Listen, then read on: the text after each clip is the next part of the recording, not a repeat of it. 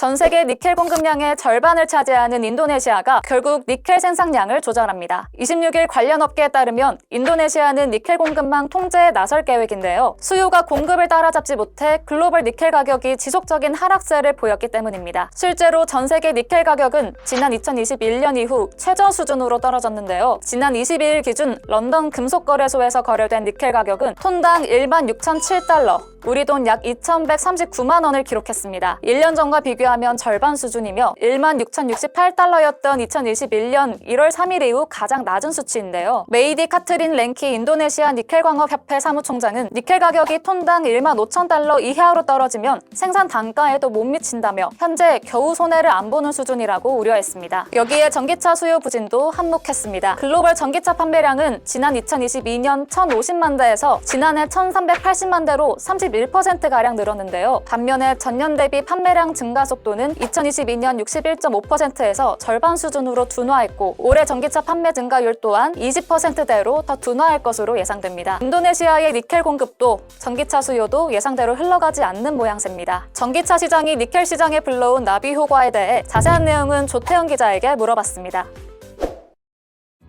최근 들어서 전기차 시장에 대한 우려가 상당히 커지고 있죠. 리튬에 대한 이야기는 간간히 전해드렸는데요. 오늘은 니켈에 대해서 설명을 조금 해보고자 합니다. 세계 최대의 니켈 생산 국가는 여기 나온 대로 바로 인도네시아입니다. 2030년까지 전 세계 니켈 공급량의 60% 이상을 차지할 것으로 전망을 하고 있어요. 여기에는 중국이 많이 개입을 했는데요. 이른바 1대1로 정책으로 인도네시아에서 니켈 생산이 본격화되기 시작했고요. 그러면서 인도네시아의 니켈 생산량은 2020년에서 2022년으로 가면서 2배 넘게 증가했습니다. 인도네시아는 이 니켈을 통한 성장에 상당히 기대감을 가지고 있는데 지금 상황은 그렇게 썩 좋지는 않은 상황입니다. 니켈이 뭔지는 다 아시죠? 활용도가 상당히 높은 금속 원소입니다. 유튜브 같은 데 보면은 오래된 제품들 이렇게 녹슬고 막 그런 제품들을 꼭 니켈을 이용해서 도금을 하거든요. 도금을 하기도 쉽고요. 또 철제 용품이 녹쓰는 걸 방지하기도 하니까 많이 사용하고 있습니다. 그리고 무엇보다 산업적으로는 스테인리스관 같은 합금 이쪽에 많이 사용을 하고 있습니다. 비슷한 측면에서 동전 용도로도 많이 사용이 되고요. 오늘의 주인공이라는 측면에서 보면은 2차 전지 용도로도 상당히 활용도가 높습니다. 이른바 삼원계 배터리의 주요 원소 가운데 하나인데요. 여기에는 코발트도 들어가는데 코발트가 가격이 비싸다 보니까 코발트를 줄이고 니켈 함량을 더 높이는 쪽으로 최근에는 많이 이뤄지고 있죠. 그래서 이 니켈 가격이라는 게 얼마나 많이 하락한 거냐, 이거는 런던 금속거래소 자료 보면서 설명을 드리도록 하겠습니다. 내려보면은 니켈 가격 흐름이 나오는데요. 보시는 대로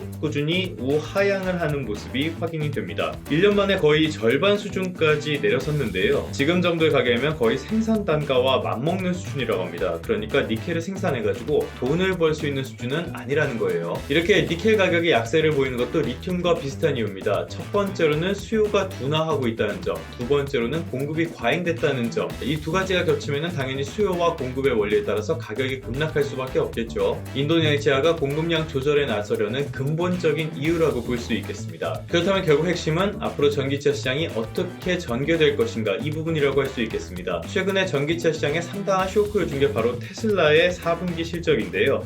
테슬라의 실적도 상당히 안 좋았지만 가이던스조차도 제대로 제시하지 않았다는 점, 이 부분도 시장에 충격을 줬습니다. 원래 테슬라는 이 가이던스를 명확하게 주는 기업은 아니에요. 연초에 생산량 목표 정도만 제시를 하는데 이번에는 이 내용도 빠졌거든요. 그러니까 테슬라조차도 지금 시장 상황을 전망하지 못했거나 전망할 수 없을 정도로 불확실성이 크다는 점을 나타내다 보니까 이런 것들이 시장에 상당히 부정적인 뉴스로 받아들여졌습니다. 테슬라가 이런 수요 둔화에 대응하기 위해서 가격 인하를 계속적으로 진행을 해왔습니다. 가격을 낮춰서 수요도 창출해내고요. 또 중국과의 경쟁에서도 우위를 점하려는 그런 전략이었다고 볼 수가 있겠는데요. 결론적으로 말씀드리면은 이 전략은 실패했다라는 게 이 유진투자증권의 분석입니다. 왜 이렇게 부정적인 평가를 내렸냐? 당장 매출액이 많이 늘어나지 않았고요. 반대로 수익성은 많이 나빠졌기 때문이죠. 이건 다시 말하자면 수요를 창출하는 데는 실패했다라고 볼 수가 있겠고요. BYD로서는 성공한 그런 전략이 테슬라가 썼을 때는 전략적으로 실패를 했다라고 볼 수가 있겠습니다. 결국엔 지금 너무나 비싼 전기차 가격 이런 것들이 발목을 잡고 있는데요. 그런 측면에서는 중저가 모델의 확충이 시급하다라고 볼 수가 있겠고요. 그렇지 않고서는 전반적인 전기차 시장의 성장세 자체는 주춤할 수밖에 없는 게 지금 상황이라는 겁니다. 이미 살 사람들은 다 샀고요. 그렇기 때문에 단기적인 측면에서는 수요를 늘릴 만한 그런 요소가 별로 없다는 거예요.